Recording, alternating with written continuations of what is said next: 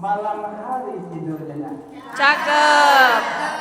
Pagi hari bisa balik. Yang datang banyak kok, yang jauh salam sedikit. Kita ulang ya. Assalamualaikum warahmatullahi wabarakatuh. Waalaikumsalam warahmatullahi wabarakatuh. Lumayan, hadir masih kurang kompak. Kita ulang. Ada pantunnya. Ya. Minum teh hangat sehabis makan ketoprak. Cakep. Jawabannya sudah semangat, tapi belum kompak. Ya. Ya, sekarang bagaimana ibu-ibu semangat dan kompak itu? Ya, siap ya. Bola disepak, penonton bertingkah. Cakep. Jawabannya benar-benar kompak. Semoga kita bisa pergi ke Mekah. Amin. Kita mulai ya, Bapak Ibu. Ayo ibu, nggak ada masalah.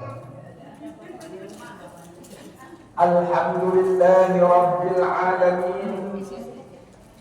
Wabihi nasta'inu ala umuri dunya wa din. Wassalatu wassalamu ala ashrafil anbiya'i wal mursalin. Wa ala alihi wa sahbihi ajma'in. Qala Allah Ta'ala fil Qur'anil Karim. أعوذ بالله من الشيطان الرجيم.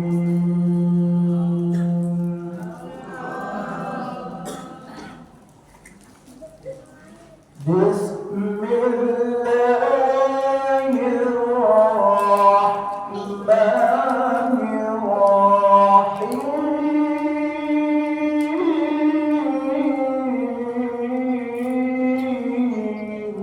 Allah.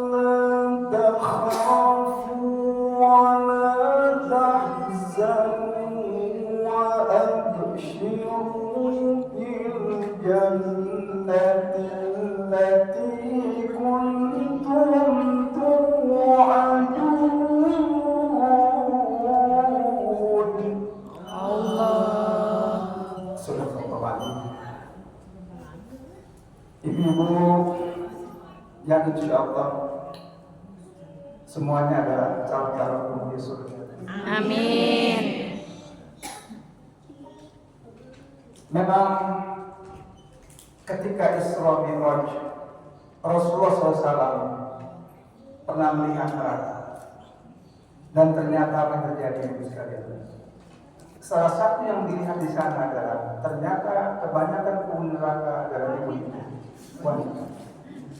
Tapi insya Allah tidak termasuk ibu-ibu yang di masjid ini. Amin. Karena ibu-ibu di sini insya Allah ahli masjid, ahli majlis taklim. Amin. Orang-orang yang sangat suka dengan ibu.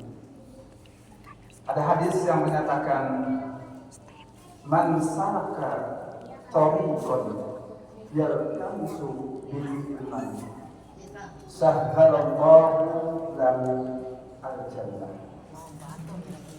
Barang siapa yang menempuh jalan untuk menuntut ilmu, maka Allah memudahkan baginya surga. Amin. Dan ibu jadi terus rajin belajar ya. Baiklah ibu yang dirahmati Allah, pertama kali marilah kita sama-sama memanjatkan syukur kepada Allah SWT. Karena nikmat yang Allah berikan kepada kita itu sangat banyak. Bahkan ibu, saking banyaknya, ibu mau menghitung nikmat Allah tidak akan bisa dihitung. Percaya? Bu, percaya nggak kalau nikmat Allah bisa dihitung? Percaya gimana? Percaya. Dari mana percaya? Oke, baik. Yang pertama adalah mari kita simak surat dalam Al-Quran, yaitu surat Ibrahim ayat 30. Bagi yang ibu yang membawa Quran, silakan kita. Ya, surat Ibrahim surat yang ke-14 ayat 34. Silakan. Di situ Allah Subhanahu wa taala berfirman, Bismillahirrahmanirrahim.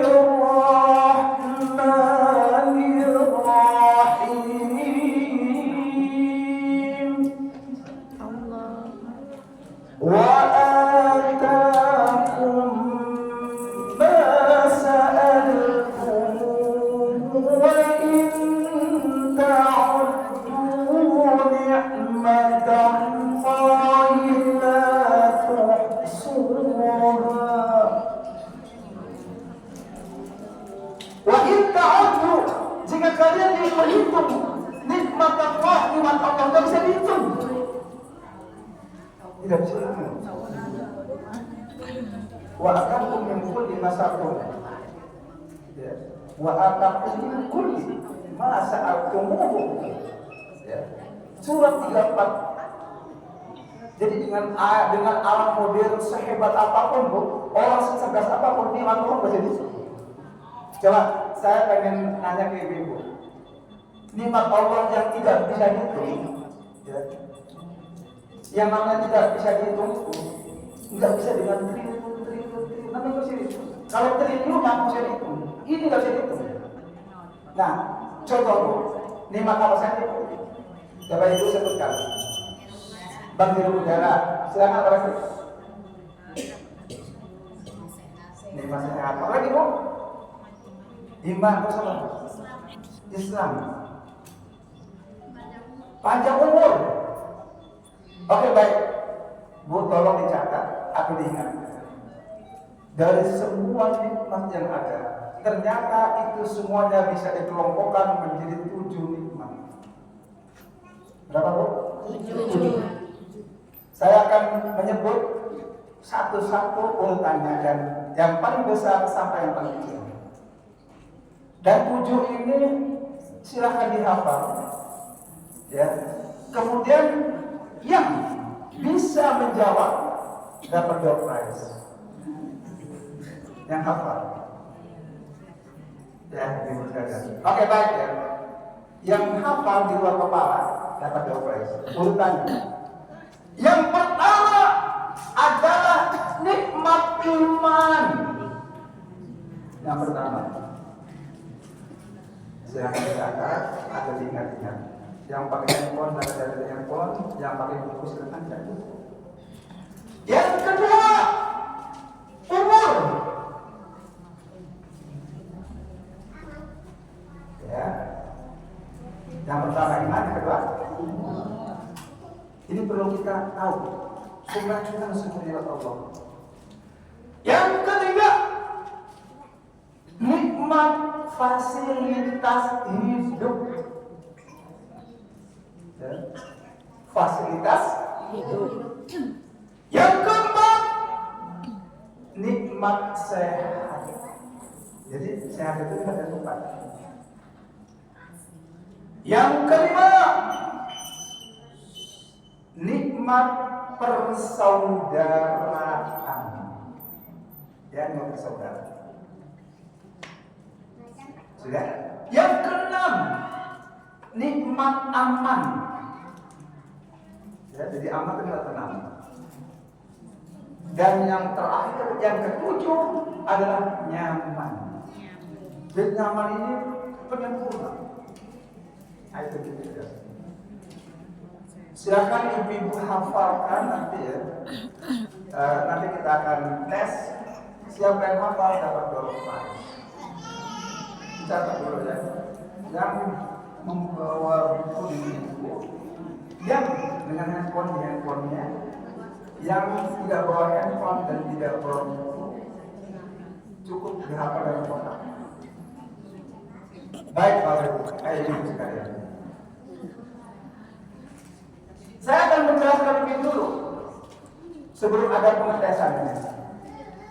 Yang pertama adalah nikmat iman. Kenapa iman merupakan nikmat yang paling besar dibandingkan nikmat lain? Dibanding dengan seluruh dunia. Kenapa ini? Kira-kira kenapa ya? Kok iman yang paling besar? Alasan pertama. Ayo, siapa bisa?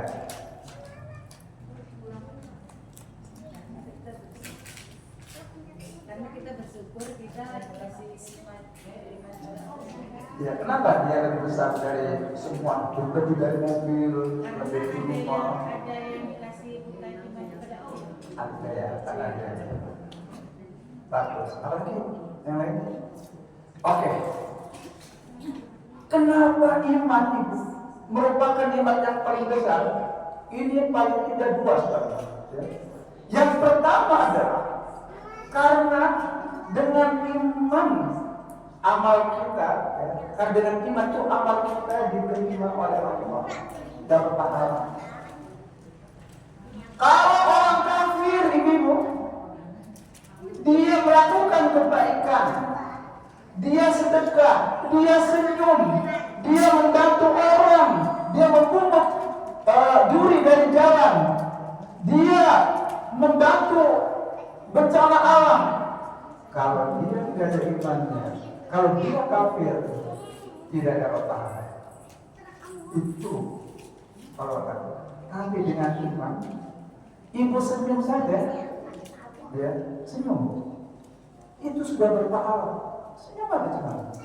Karena dalam hadis sebut, ya, bahwa tabassumuka li ahlika shadaqah, senyummu kepada saudara muslim.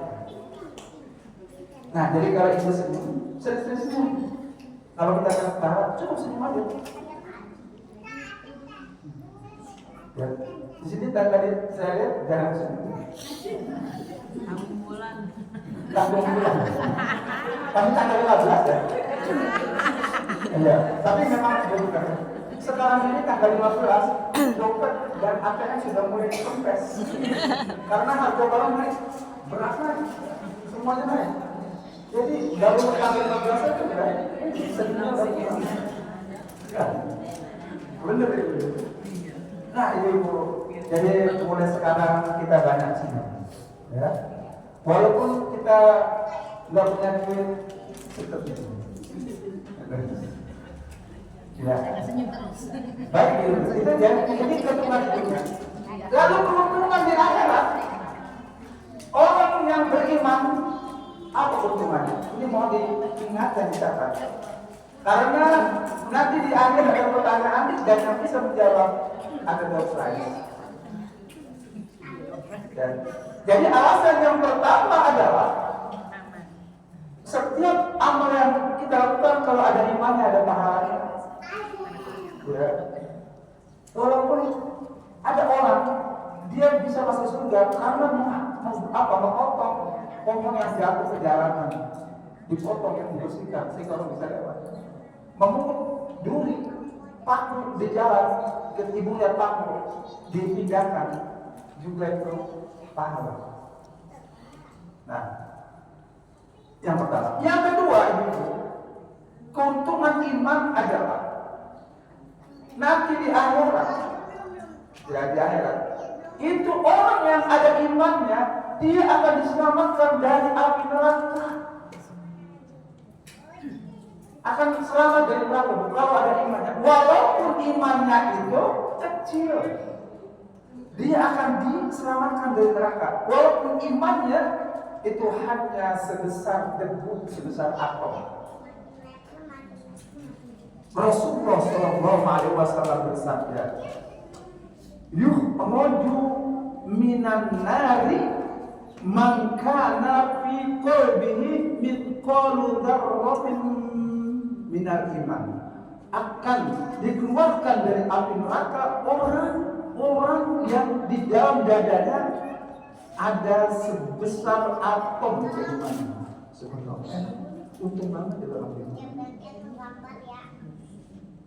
Jadi ibu pertahankan iman ini, walaupun kecil, syukur-syukur besar. Tapi ada catatannya ibu, kalau imannya kecil, kalau imannya sedikit, nanti orang itu transit dulu di neraka, mampir dulu. Tapi mampirnya nggak sebentar, ribuan tahun. Ya. Jadi di neraka itu orang nanti dibakar. Ada yang matanya ditusuk-tusuk, ada yang tangannya dipotong-potong, lidahnya dipotong, ada telinganya ditusuk, ya.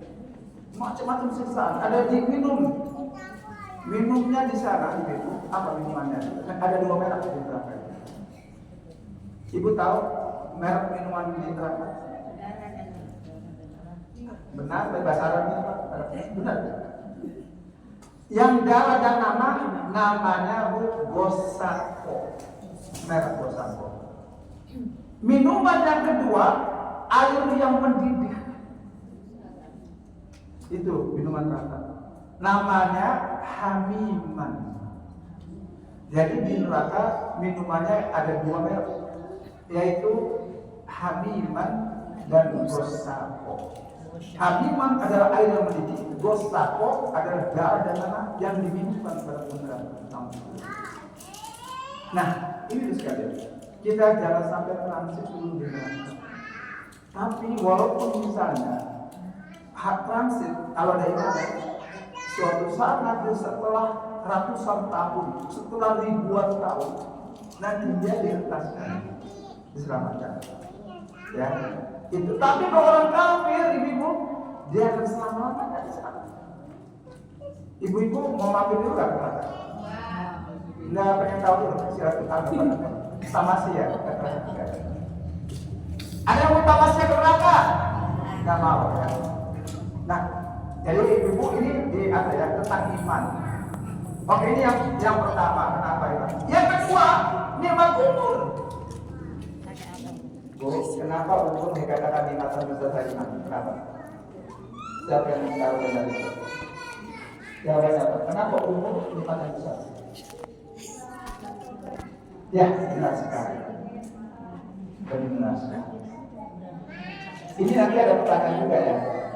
Terakhir. Kita menjadikan umur sebagai nikmat yang luar biasa besarnya karena dengan ada umur berarti kita masih hidup. Dan kita berkesempatan untuk bertaubat, untuk beramal saleh.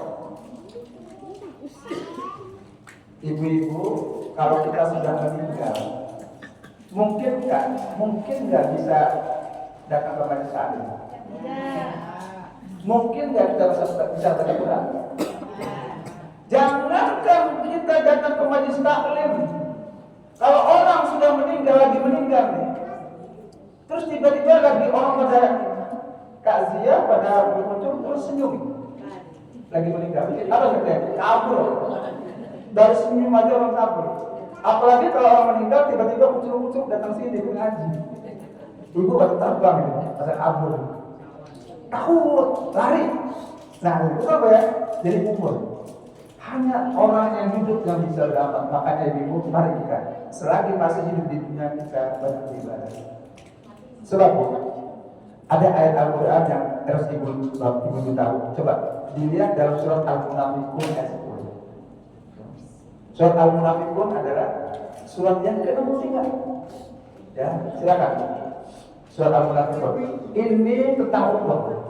Ya, supaya kita merenung. Allah berfirman dalam Al-Quran. Bismillahirrahmanirrahim. Wa anfiqu mimma razaqnakum قبل أن يأتي أحدكم الموت فيقول رب لولا أخرتني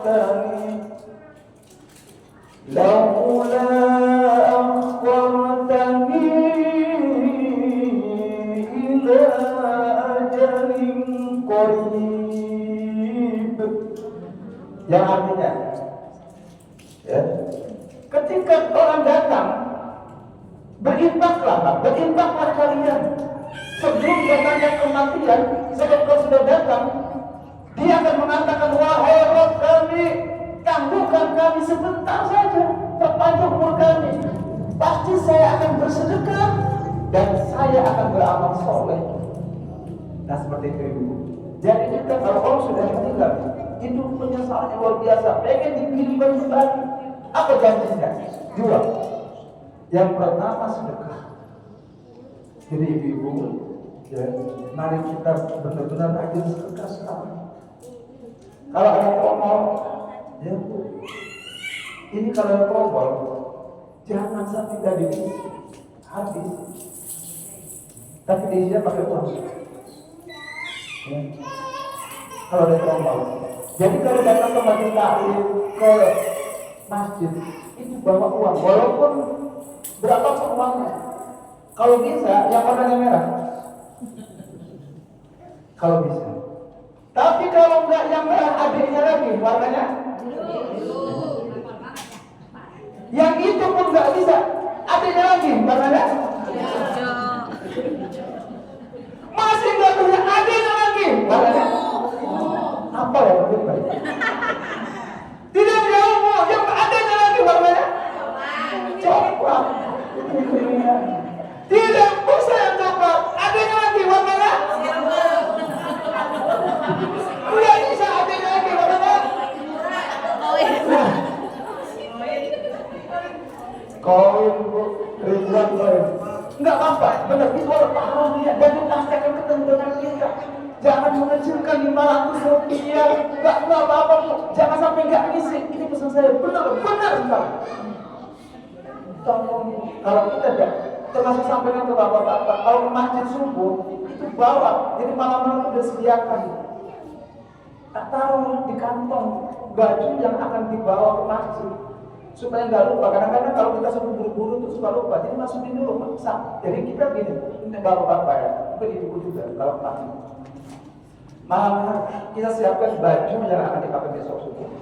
Dan jangan lupa selipkan uang. Ya. Apa uangnya? Entah yang warnanya paling tinggi, merah, maupun yang paling rendah, kayak uang logam. Tidak apa-apa. Dan saya yakin ibu-ibu yang di sini itu orangnya tawadhu semua. Saya akan sekali. Tahu warna duit. Ya, jadi tawadhu. Tawadhu itu tahu warna duit. Saya. Ya, itu tadi tawadhu apa itu? Yang merah, yang hijau, yang biru tahu. Ya. Apa? Nah, ibu sekalian, saya pesan ini bukan bercanda, walaupun bercanda, tapi serius. Jangan melewatkan sedekah, karena sedekah itu bisa nanti akan menjadi naungan bagi kita. Dan harta kita yang sebenarnya, ya, yang akan ketemu dengan kita, justru yang kita sedekahkan. Sebab harta itu ada 3 macam. Pertama, yang dimakan. Harta yang dimakan jadi kotoran. Kemudian harta yang disimpan. Yang disimpan jadi warisan, rebutan. Dan yang ketiga, harta yang diinfakkan. Dan itu yang nanti ibu akan menjadi bermanfaat. Maka ibu sekalian, jangan lewatkan hari kecuali kita bersedekah. Dan sedekah yang paling baik adalah pagi hari. Ini namanya sedekah subuh. Ibu-ibu jangan takut miskin gak ada sedekah. Tidak ada ceritanya orang yang rajin sedekah itu miskin, bangkrut. Justru semakin banyak sedekah, semakin berkembang harta kita. Mana kosong, malun min mana sodaqotun min malin, kata Rasulullah, tidak akan berkurang harta kita karena sedekah. Dari itu, kenapa subuh itu penting kita bersedekah, walaupun tadi jumlahnya tidak terlalu banyak? Karena Rasulullah SAW bersabda, "Ma min yaumin yusbihul ibad illa fihi malakan." Tidaklah hari-hari pagi yang dilewati oleh hamba Allah kecuali turun dua malaikat yang zilam, malaikat yang zilam. Faqala ahaduhuma, yang satu berdoa, "Ya Allah, ati munfiqun khalafa." Ya Allah, berilah ganti kepada orang yang bersedekah. Wa qala al-akhar, yang satu lagi berdoa. Ini ada dua malaikat. Allahumma ati munfiqun khalafa. Allah, ati mumsikan khalafa. Ya Allah, berilah orang yang bakhil dan tidak mau berinfak itu kebinasaan. Jadi ibu, mulai kita semangat bersedekah. Nah itu ya, umur kita diisi dengan sedekah. Yang kedua dengan amal soleh. Contohnya amal soleh apa itu? Contohnya yang termasuk amal soleh apa? Yang rukun Islam ada apa? Sholat, puasa, zakat, haji. Kemudian amal soleh yang lain banyak ya. Menuntut ilmu, membersihkan masjid, kemudian menimpak buat masjid, kemudian nyapu jalanan. Jadi ibu nyapu jalan, misalnya nyapu itu sapu, ya.